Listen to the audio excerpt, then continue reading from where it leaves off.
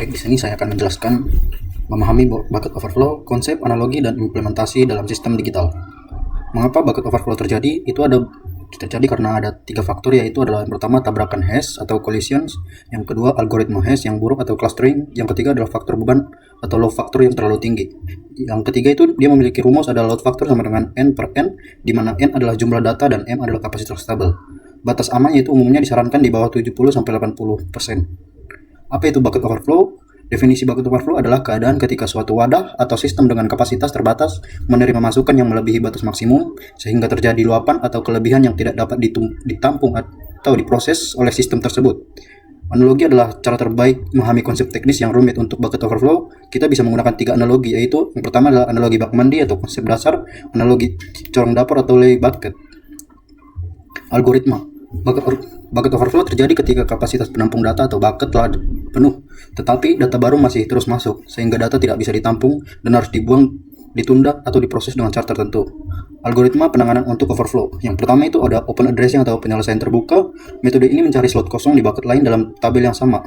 Yang pertama itu linear probing atau mencari slot kosong berikutnya secara beruntun atau dengan rumus slot n plus 1, n plus 2. Yang selanjutnya adalah quadratic probing untuk mencari slot kosong dengan interval kuadrat dengan rumus n plus 1 kuadrat, n plus 2 kuadrat, dan seterusnya.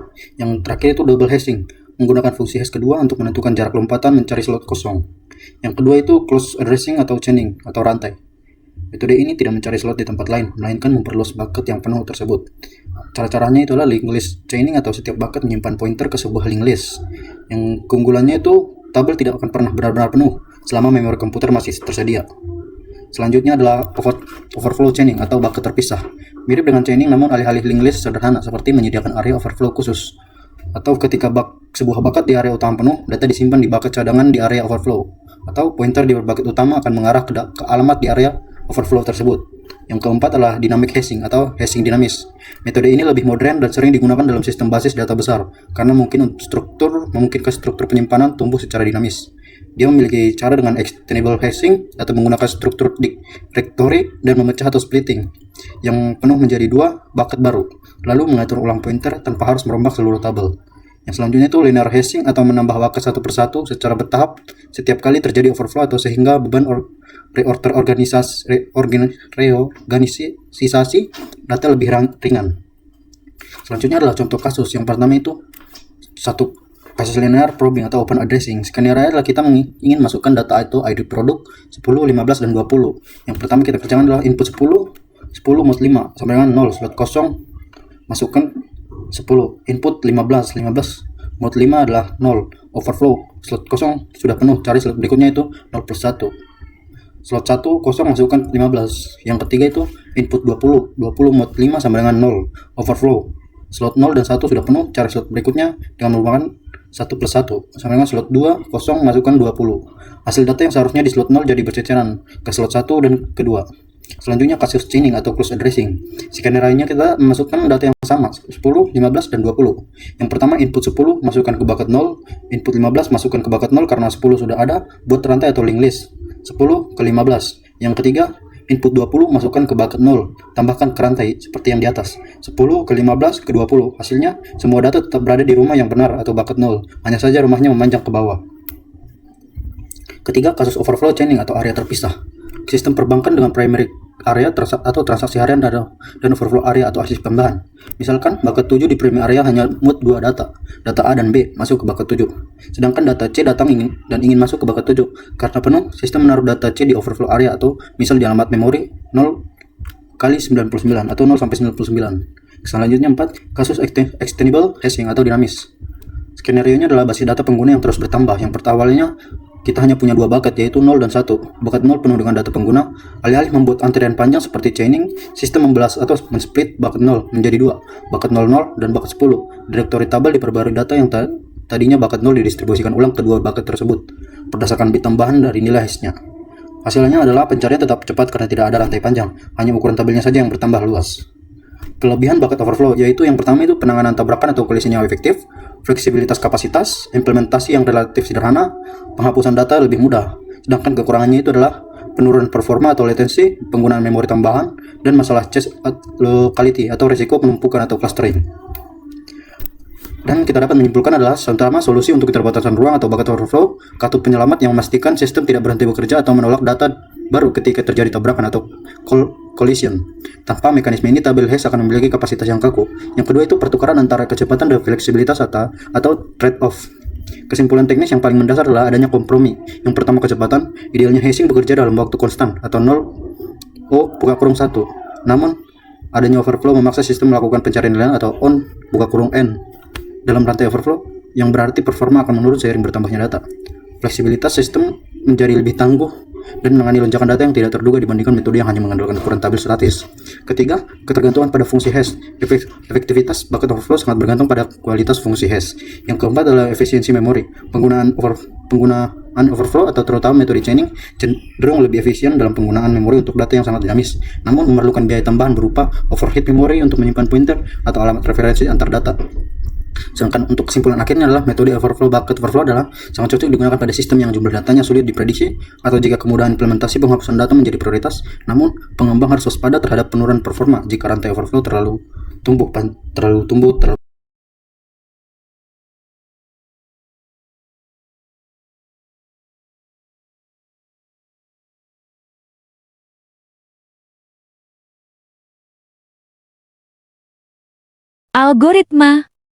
Algoritma langkah-langkah prefix ke postfix pertama. Siapkan stack kosong kedua. Baca ekspresi prefix dari kanan ke kiri ketiga. Jika simbol adalah operan, huruf atau angka, maka push ke stack keempat. Jika simbol adalah operator, pop 2 elemen dari stack operan 1 pop pertama, operan 2 pop kedua, gabungkan menjadi operan 1, 2, operator push hasil gabungkan ke stack kelima. Ulangi sampai semua simbol selesai di proses ke-6. Elemen terakhir dalam stack adalah hasil postfix. Kelebihan dan kekurangan. Kelebihan pertama, tidak memerlukan tanda kurung prefix dan postfix sama tidak memerlukan tanda kurung kedua. Struktur ekspresi lebih sederhana, postfix menampilkan hubungan operan dan operator secara langsung ketiga. Mudah diimplementasikan dengan stack, tidak memerlukan tabel prioritas operator yang kompleks. Contoh kasus. Soal diketahui prefix ABCD, proses konversi langkah demi langkah, simbol kanan ke kiri operan push D, C operator CD, D operan push CD, B operan push CD, B operator A, B plus CD, A, B plus operator A, B tambah CD. Kesimpulan. Konversi notasi prefix ke postfix merupakan proses mengubah bentuk penulisan ekspresi aritmatika tanpa mengubah makna atau hasil perhitungannya. Dalam proses ini, struktur operasi tetap sama, namun urutan penempatan operator dan operan disesuaikan dengan aturan notasi postfix.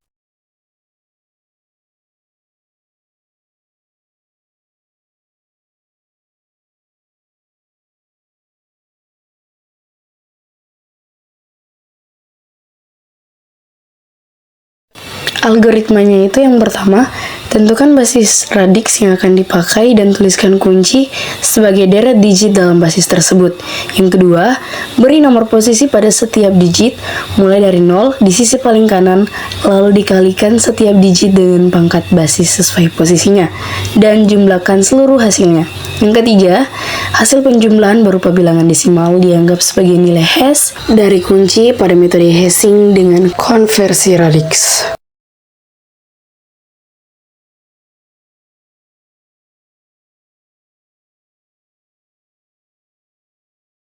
Di sini kita memiliki soal atau contoh kasus hashing dengan konvensi radix, yaitu misalnya kunci 3, 9, 4, dan 2 dalam B11 menghasilkan nilai 5128. Hal yang paling pertama kita lakukan yaitu kita posisikan dulu atau kita susun dulu terlebih dahulu. Jadi, kunci yang tadi 3, 9, 4, dan 2 itu yang paling kita kerjakan terlebih dahulu. Kemudian indeksnya yang berada pada bagian atas dari kunci, yaitu indeks dimulai dari belakang dengan 0 sebagai yang paling pertama. Jadi, jika kita lihat dari paling belakang, yaitu kunci 2 berada di indeks 0, kunci 4 berada di indeks 1, kunci 9 berada di indeks 2, dan kunci 3 berada di indeks 3. Kemudian kita lanjut. Setelah kita sudah mengetahui posisi kunci dan juga indeksnya, kita bisa langsung saja mengerjakannya, yaitu kita langsung bisa saja untuk mengerjakannya. Buka kurung 3 kali 11 pangkat 3 tutup kurung. Nah, 3 ini kita ambil dari kunci. Dikali dengan 11, 11 itu berada dalam base 11. Otomatis setiap kunci harus dikalikan dengan base 11. Pangkat 3. Pangkat 3 kita dapat dari mana? Kita dapat dari indeks dari posisi tersebut. 3, kunci 3, indeksnya 3. Nah, setelah sudah kita lanjut, ditambah buka kurung 9 kali 11 pangkat 2, tutup kurung, ditambah buka kurung 4 kali 11 pangkat 1, tutup kurung, ditambah 2 kali 11 pangkat 0, tutup kurung. Nah, hasil dari 3 kali 11 pangkat 3 sama dengan 3993, ditambah dengan hasil dari 9 kali 11 pangkat 2 sama dengan 1089, ditambah hasil dari 4 kali 11 pangkat 1 sama dengan 44, ditambah hasil dari 2 kali 11 pangkat 0 sama dengan 2. Jika dijumlahkan, maka kita akan mendapatkan nilai 5128.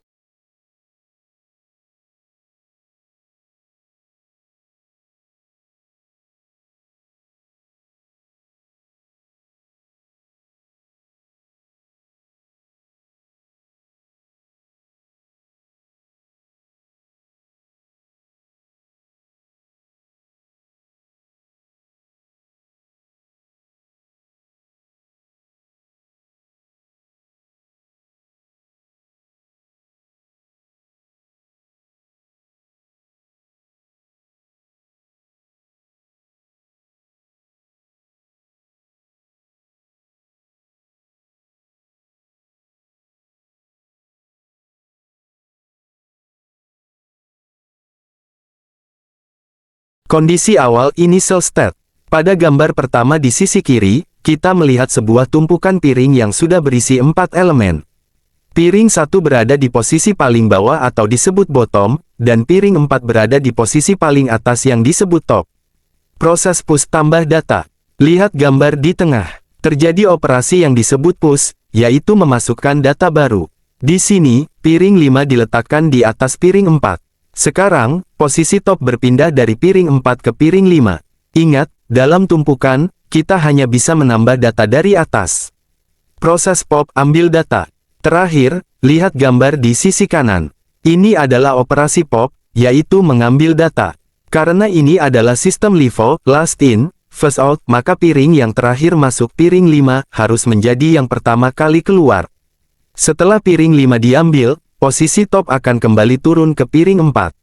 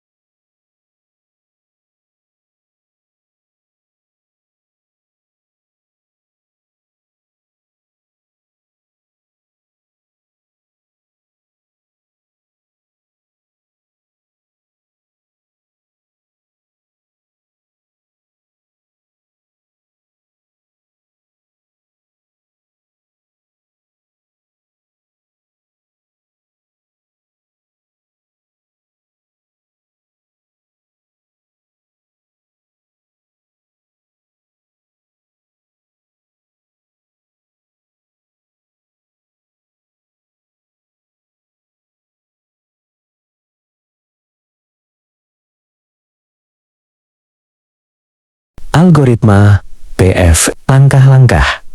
Pertama, tentukan simpul awal atau start. 2. Tandai simpul awal sebagai dikunjungi dan masukkan ke queue. 3. Selama queue tidak kosong, ambil queue satu simpul tersebut, misalnya cetak untuk setiap tetangga yang belum dikunjungi. Tandai sebagai dikunjungi, masukkan tetangga tersebut ke queue. 4. Ulangi sampai semua simpul terjangkau telah diproses. Masuk di contoh kasusnya. Misalkan kita punya graf. Di sini kita mau membuat BFS, sedangkan masih dalam graf, maka kita membuat graf menjadi pohon tree. Berikut penjelasan cara membuat graf menjadi pohon tree menggunakan simpul A, B, C, D, E, F, G. Hari algoritma membuat graf menjadi pohon tree input graf dengan simpul A, B, C, D, E, F, G. Hari satu simpul dipilih sebagai akar root output struktur. Pohon tree tanpa siklus, setiap simpul hanya punya satu parent, yaitu A. Kita pilih sebagai akar root simpul awal setelah kunjungi tetangga terdekatnya, yaitu B dan C. Setelah itu B ke D dan E.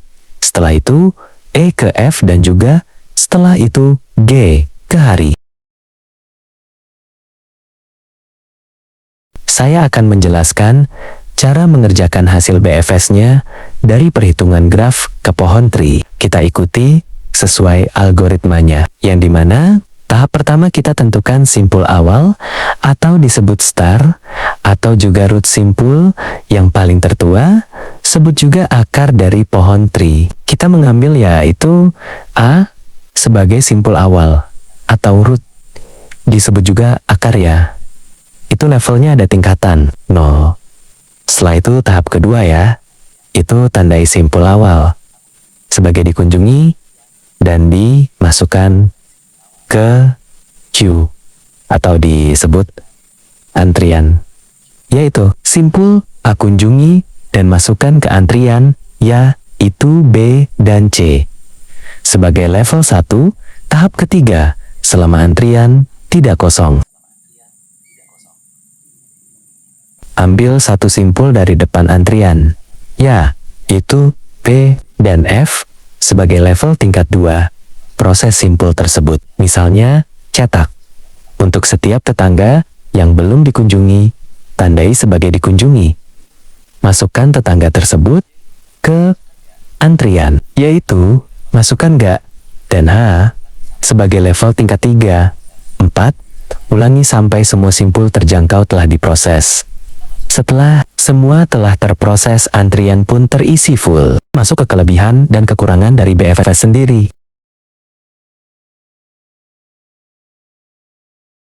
Send you a bouquet saying it's a mistake. Drink